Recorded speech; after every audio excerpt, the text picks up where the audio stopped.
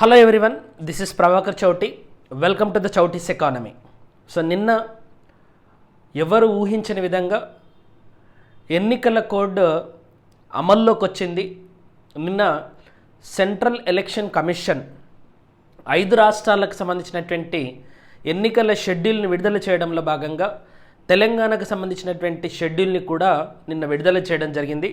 ఒక్కసారి మనం షెడ్యూల్ని గనక పరిశీలిస్తే షెడ్యూల్లో నోటిఫికేషన్ వచ్చేసి అంటే షెడ్యూల్ ప్రారంభమైన నాటి నుండి మనకు ఎన్నికల కోడ్ ఆఫ్ కండక్ట్ అంటారు. ఆ ఎన్నికల కోడ్ ఆఫ్ కండక్ట్ నిన్న ప్రెస్ మీట్ అయిపోగానే స్టార్ట్ అయింది. అండ్ నోటిఫికేషన్స్కి సంబంధించినటువంటి డేట్ November 3 అంటే గ్రూప్ 2 పరీక్ష November 2 మరియు 3 ఉంది. సో November 3 నుండి నోటిఫికేషన్లను స్వీకరిస్తారు. నోటిఫికేషన్లను స్వీకరించాలంటే దానికి సంబంధించినటువంటి అధికార యంత్రాంగం అంతా కూడా సిద్ధం కావాలి. సో నోటిఫికేషన్లను స్వీకరించడానికి సంబంధించినటువంటి ప్లేసెస్ కానీ, దాంతోపాటుగా ఎన్నికలు నిర్వహించడానికి సంబంధించినటువంటి సామాగ్రి కానీ, స్కూల్స్ కానీ, కాలేజెస్ కానీ, పోలింగ్ బూత్స్ కానీ, ఇట్లా రకరకాల సామాగ్రి. ఈ దేశంలో అత్యంత క్లిష్టమైనటువంటి ప్రక్రియ ఏంటి అని అంటే ఎన్నికల నిర్వహణ. సో ఆ ఎన్నికల నిర్వహణకు సంబంధించినటువంటి అన్ని ఏర్పాట్లను కూడా ఈ రోజు నుండే మొదలు పెట్టడం అనేది జరుగుతుంది. తర్వాత నామినేషన్ల గడువుకు తుది గడువు వచ్చేసి November 10th. అంటే November 3 నుండి November 10th వరకు అన్ని పార్టీలకు సంబంధించి, ఇండిపెండెంట్లకు సంబంధించి నామినేషన్లు వేయచ్చు. సో నామినేషన్ల పరిశీలన, ఉపసంహరణ November 15 వరకు బుజ్జగింపులు. సో ఎవరెవరిది రిజెక్ట్ అవుతుంది, ఎవరెవరిది యాక్సెప్ట్ అవుతుంది అనేటటువంటి అంశాలు తెలుస్తాయి.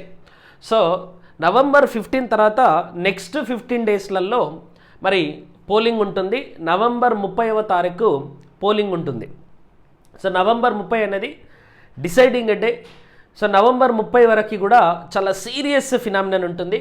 సో నామినేషన్లు వేయడానికంటే ముందే ఎలక్షన్ యొక్క సీరియస్నెస్ అనేది మన రాష్ట్రంలోకి ప్రవేశించింది. ఓట్ల లెక్కింపు December 3 ఉంటుంది. సో December 4 రోజు ఆర్ December 5 రోజు ఈ రాష్ట్రాన్ని పాలించేది ఏ పొలిటికల్ పార్టీ, ఎవరు ముఖ్యమంత్రి కాబోతున్నారు అనేటటువంటి అంశాలు కూడా మనకు తెలుస్తాయి. సో December 4 నుండి కొత్త ప్రభుత్వం ఏర్పడేటటువంటి అంశం అనేది కూడా ఉంది. సో ఇవన్నీ మనం ఎందుకు చెప్పుకుంటున్నామంటే November 2, 3వ తారీఖు గ్రూప్ 2 పరీక్ష ఉన్నది. గ్రూప్ 3 పరీక్షకు సంబంధించినటువంటి డేట్ ఇంకా రాలేదు.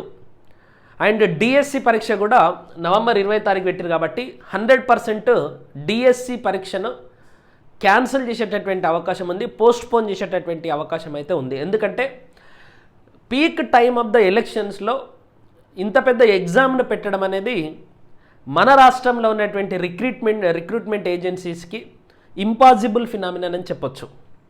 ఇప్పుడు ఎన్నికల కోడ్ ఆఫ్ కండక్ట్ అమల్లోకి వచ్చిన తర్వాత రిక్రూట్మెంట్ ప్రొసీజర్ అనేది నడవద్దా అనేది ఒకసారి మనం లీగల్గా చూద్దాం. ఎన్నికల కోడ్ ఆఫ్ కండక్ట్లో ఎలక్షన్ కమిషన్ ఆఫ్ ఇండియా ఏం చెప్పింది అనేది చూద్దాం. దాని తర్వాత టీఎస్పీఎస్సీ యొక్క రోల్ ఏముంటుంది, ప్రభుత్వం యొక్క రోల్ ఏముంటుంది అనేటటువంటి అంశాలని కూడా ఒకసారి పరిశీలించినట్టయితే నార్మల్గా ఎన్నికల కోడ్ ఆఫ్ కండక్ట్ వచ్చిన తర్వాత ఇక్కడ ఒకసారి చదవండి.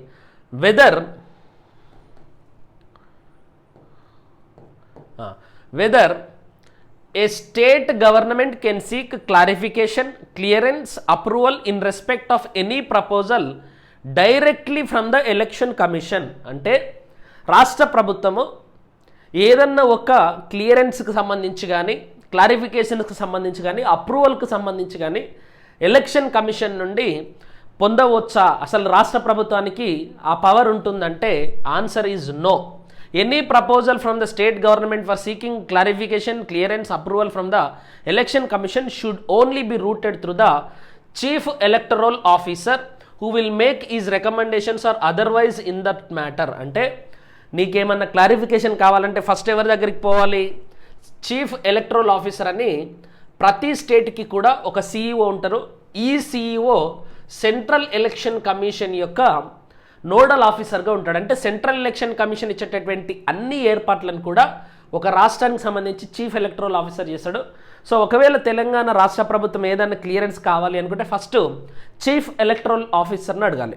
తర్వాత రెండవది ఎన్నికలకు సంబంధించి మోడల్ కోడ్ ఆఫ్ కండక్ట్కి సంబంధించి 2023లో ఎంసీసీ అంటే model code of conduct. So 9th October 2023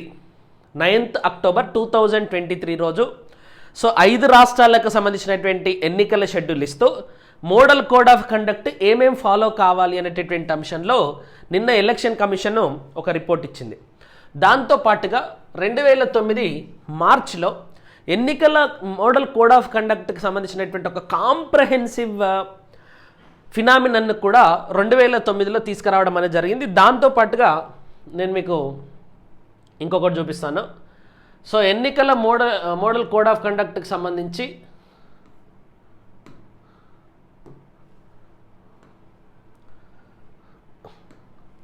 so ఇక్కడ చూడండి,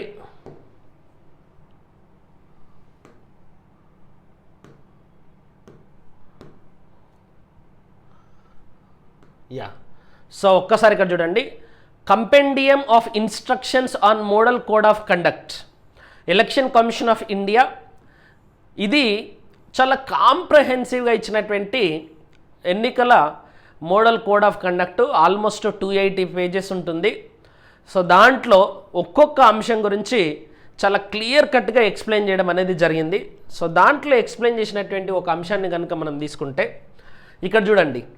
సో పాయింట్ నెంబర్ 11లో ఇప్పుడు నేను చూపించినటువంటి పుస్తకంలో పాయింట్ నెంబర్ 11 కనుక ఒకసారి చదివితే, regular recruitment, appointment or any promotion through the UPSC, state public service commission అంటే TSPSC, APPSC or the staff selection commission or any other statutory authority, any other statutory authority can continue. Okay, can continue. Recruitments through the non-statutory bodies will require prior clearance from the commission. అంటే రాజ్యాంగబద్ధ సంస్థలు అంటే రాజ్యాంగంలో ఏదైనా ఒక article చేత ఏర్పడినటువంటి UPSC కానీ, TSPSC కానీ, ఎస్పీఎస్సీ కానీ, జేపీఎస్సీ కానీ, జాయింట్ పబ్లిక్ సర్వీస్ కమిషన్ కానీ, ఇంకా ఏదైనా ఇతర statutory bodies, staff selection commission కానీ, ఇవి తన యొక్క రిక్రూట్మెంట్ ప్రొసీజర్ను కంటిన్యూ చేయొచ్చు. No bar on the recruitments. So వాటిని ఆపాల్సిన అవసరం లేదు. ఓకే, వాటిని స్టాల్ చేయాల్సినటువంటి అవసరం లేదు. ఈ రిక్రూట్మెంట్ను కంటిన్యూ చేయొచ్చు. నాన్ స్టాట్యుటరీ బాడీస్ అంటే చట్టం ద్వారా ఏర్పడకుండా ఉన్నటువంటి కొన్ని బాడీస్ ఉంటాయి. సో ఆ చట్టం ద్వారా ఏర్పడకుండా ఉన్నటువంటి బాడీస్ ద్వారా జరిగేటటువంటి రిక్రూట్మెంట్ ఏదైతే ఉంటుందో ఆ రిక్రూట్మెంట్ జరపాలి అంటే మాత్రం ఖచ్చితంగా ఎలక్షన్ కమిషన్ యొక్క పర్మిషన్ కావాలి. సో ఇప్పుడు స్టేట్ పబ్లిక్ సర్వీస్ కమిషన్ నిర్వహించేటటువంటి ఏ పరీక్షకి కూడా మోడల్ కోడ్ ఆఫ్ కండక్ట్ అనేది అడ్డంకిగా ఉండదు. యూపీఎస్సీ ప్రొసీజర్ వెళ్ళిపోతుంది, state public service commission procedure కూడా వెళ్ళిపోతుంది. So model code of conduct మూలంగా పరీక్షలకు ఎలాంటి ఇబ్బంది లేదు. సో ఇంతకుముందు 2019లో ఒక క్వశ్చన్ అరైజ్ అయింది. సో అప్పుడు ఎలక్షన్ కమిషన్ అడిగారు టీచర్ రిక్రూట్మెంట్ చేసుకోవచ్చు అంటే, the commission clears way for the teacher recruitment in Maharashtra. అప్పుడు 2 నెలలు ఎలక్షన్ కోడ్ ఆఫ్ కండక్ట్ వచ్చింది. సో అప్పటికే నోటిఫికేషన్ ఇచ్చున్నారు. ఆ సందర్భంలో ఎలక్షన్ కమిషన్ను మరి క్లియరెన్స్ అడిగినప్పుడు యూ కెన్ గో హెడ్ అని చెప్పేసి ఎలక్షన్ కమిషన్ చెప్పడం అనేది జరిగింది. సో ఈ పర్టికులర్ సందర్భంలో so model code of conduct MCC అనేది ఇటు గ్రూప్ 2 ఎగ్జామ్ను కానీ గ్రూప్ 3 ఎగ్జామ్కి సంబంధించినటువంటి డేట్ను ప్రకటించడంలో కానీ ఎక్కడ కూడా అడ్డుకోదు.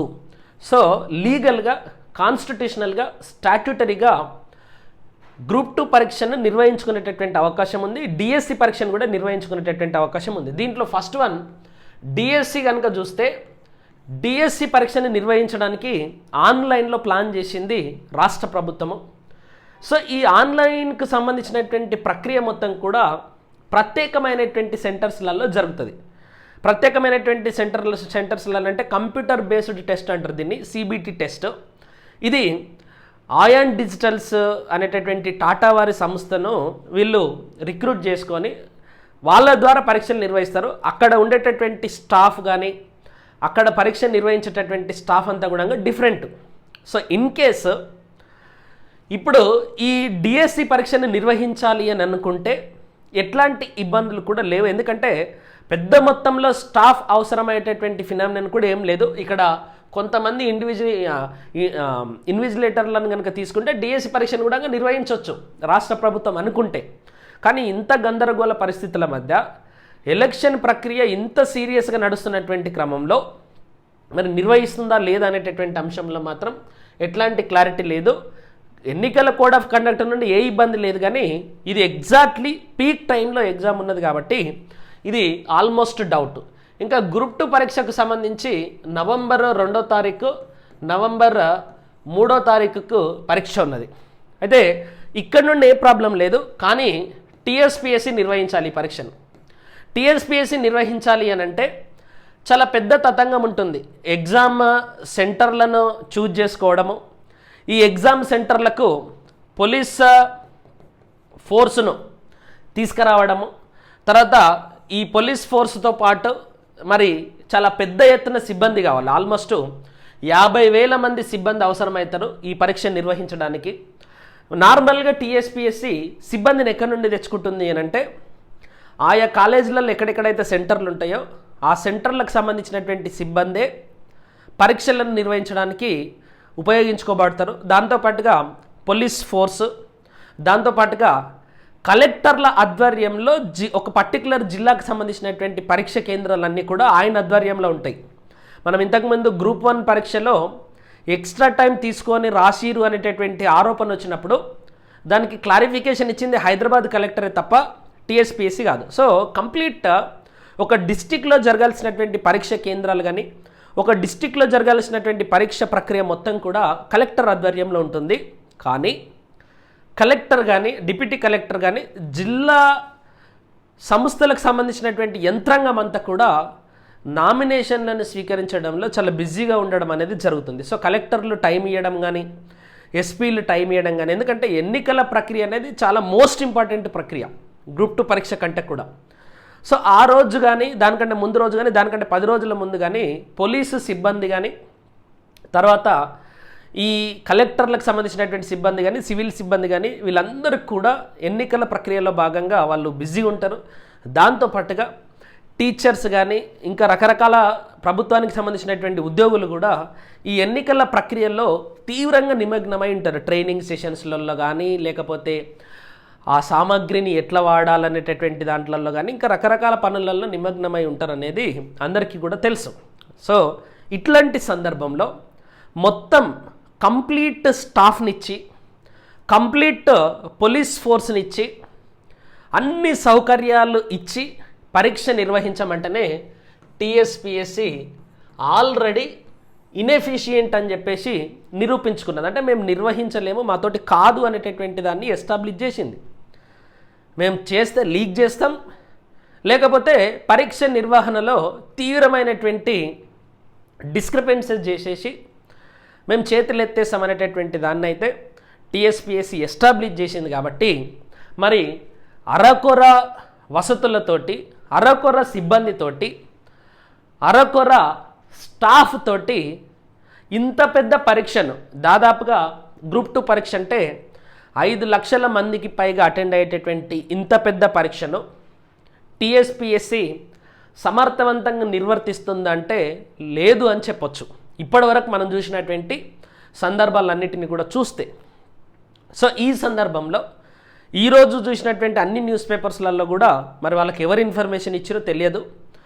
ఈనాడు పేపర్ కానీ సాక్షి పేపర్ కానీ ఆంధ్రజ్యోతి కానీ ఈ అన్ని పేపర్లలో కూడా గ్రూప్ 2 పరీక్ష పరిస్థితి ఏంటి, ఎన్నికల కోడ్ రావడం మూలంగా పరీక్షల యొక్క తేదీలపైన పరీక్షల యొక్క నిర్వహణ పైన విద్యార్థులు మరి సందేహపడుతున్నారు అనేటటువంటి దాన్ని అన్ని పేపర్లలో ఇవ్వడం అనేది జరిగింది.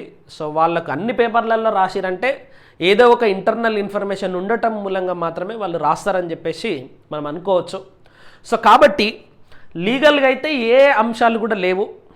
కానీ టీఎస్పీఎస్సీ యొక్క గత చరిత్ర చూసినా గత 2 సంవత్సరాలకు సంబంధించినటువంటి చరిత్ర చూసినా ఈ పర్టికులర్ సందర్భంలో వీళ్ళు పరీక్షలు నిర్వహిస్తారంటే మనము గ్యారంటీగా నిర్వహిస్తారు అని చెప్పేసి చెప్పలేం.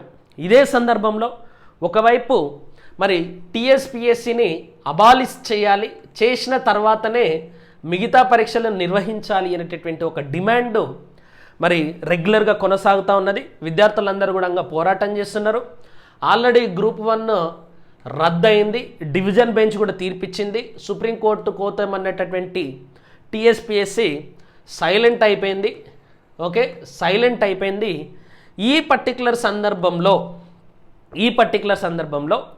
మరి ప్రభుత్వం ఏమన్నా నిర్ణయం తీసుకుంటుందంటే ప్రభుత్వానికి ఇప్పుడు ఎట్లాంటి నిర్ణయాధికారం లేదు. ఏ నిర్ణయం తీసుకోవాలన్నా ఎవరు తీసుకుంటారు? TSPSC as a constitutional body can take the decisions, but government cannot interfere. So ఈ బోర్డును రద్దు చేయడానికి కానీ ఈ బోర్డును మళ్ళీ రీకాన్స్టిట్యూట్ చేయడానికి కానీ ఇప్పుడు ప్రభుత్వం అన్ని అధికారాలను కోల్పోయింది. ఇప్పుడున్నదంతా టీఎస్పీఎస్సీయే. సో ఎగ్జిస్టింగ్ టీఎస్పీఎస్సీయే ఇప్పుడు ఈ పరీక్షను నిర్వహించాల్సినటువంటి పరిస్థితి వస్తుంది. ఎందుకంటే ఎన్నికల కోడ్ ఆఫ్ కండక్ట్ అనేది ఇప్పుడు వచ్చింది కాబట్టి.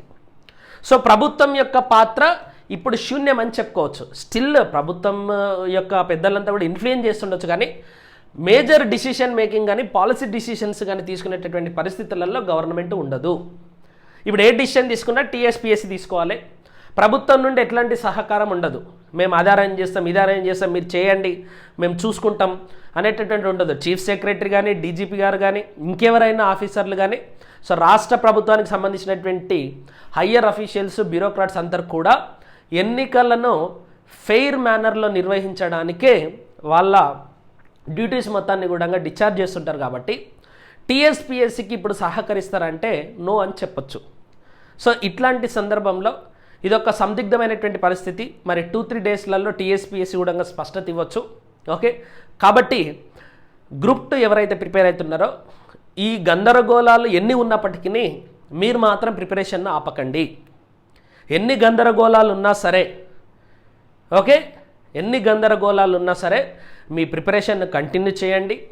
మీ టైం టేబుల్ను ఫాలో కండి. ఓకే, నిరాశ చెందకండి. ఎందుకంటే జీవితంలో ఇట్లాంటి సందర్భాలు వస్తూనే ఉంటాయి. అది నిజ జీవితంలో కానీ మీరు రిక్రూట్మెంట్ ప్రొసీజర్లో పాల్గొనేటప్పుడు కానీ. సో మీరు ఎక్కడ కూడా నిరాశ చెందకుండా సెల్ఫ్ మోటివేటెడ్గా పరీక్షలకు సిద్ధమవ్వండి. ఇప్పుడు 45 రోజులు రాజకీయ నాయకులకు ఒక పెద్ద పరీక్ష. సో మనము టీఎస్పీఎస్సీలో ఎన్ని అక్రమాలు జరిగినాయో చూసినాం. ఈసారైనా మనం మైండ్ను వాడి భవిష్యత్తును ఆలోచించుకొని భవిష్యత్తును దృష్టిలో పెట్టుకొని మీ నియోజకవర్గాలలో ఎవరికి ఓటేయాలి అనేది చాలా కాన్షియస్గా ఆలోచించి మరి ఓటేయండి. దాంతోపాటుగా మీ నియోజకవర్గాల్లో గెలుపు కోసం ఏ అభ్యర్థులైతే దొంగదారులు తొక్కుతారో వాళ్ళ మీద కంప్లైంట్ చేయడానికి ఎలక్షన్ కమిషన్ ఒక యాప్ ఇచ్చింది. దాంతోపాటు ఎలక్షన్ కమిషన్లో గ్రీవెన్స్ రిడ్రెసల్ మెకానిజం ఉంటుంది. మీ కంటిలో పడినటువంటి అన్ని అన్యాయాలను కూడా ఎలక్షన్ కమిషన్ దృష్టికి తీసుకుపోవడానికి ప్రయత్నం చేయండి. సో ఎవరో ఒకరు ఏదో ఒక ప్రక్రియ చేయకపోతే ఏది ముందుకు పోదు. కాబట్టి ఆ ప్రక్రియలో ఉండండి. ఇన్ని రోజులు మీరు కష్టపడిన దానికి పగ తీర్చుకునేటటువంటి అవకాశం ఇప్పుడు వచ్చింది. సో ఆ రివెంజ్ను మాయమాటలకు లొంగిపోవద్దు. సో ఆ రివెంజ్ మొత్తాన్ని తీసుకోవడానికి కూడా ప్రయత్నం చేయండి. మీరు ఎవరికి ఓటేస్తారు, ఎట్లా ఓటేస్తారు, మీ కాన్షియస్నెస్ ఏం చెప్తుంది, మీ ఇన్నర్ మైండ్ ఏం చెప్తుంది అనేది మీరే ఆలోచించుకొని ఓకే. సో దానికి అనుగుణంగా ఓటేయండి. నెక్స్ట్ వచ్చేటటువంటి ప్రభుత్వం అది ఏ ప్రభుత్వం అయినా సరే రిక్రూట్మెంట్ కరెక్ట్గా జరిగేటటువంటి విధంగా ఈ అన్ఎంప్లాయీస్కి కానీ ఆస్పిరెంట్స్కి కానీ ఎంతో కొంత న్యాయం చేసేటటువంటి విధంగా ఉండేటటువంటి విధంగా చూడండి. మనం ఎన్నుకున్న గ్రాడ్యుయేట్ ఎమ్మెల్సీలు మన గురించి మాట్లాడలేదు, ఎవరూ మాట్లాడలేదు. సో అట్లాంటి సందర్భంలో ఈసారైనా ఆలోచన చేయండి. సో గ్రూప్ 2 పరీక్ష మీద టీఎస్పీఎస్సీనే క్లారిటీ ఇవ్వాలి. ఇప్పుడు ప్రభుత్వంకి ఏ పవర్ కూడా లేదు. సో టీఎస్పీఎస్సీ క్లారిటీ ఇచ్చేంత వరకు కూడా మీరైతే ప్రిపరేషన్ను కొనసాగించండి, ఎక్కడ కూడా ఆపకండి. సో ఇంకా ఏదైనా అప్డేట్ వస్తే మళ్ళీ మీకు ఈ పరీక్షకు సంబంధించినటువంటి అన్ని అంశాల మీద అప్డేట్ ఇస్తాను. Thank you so much.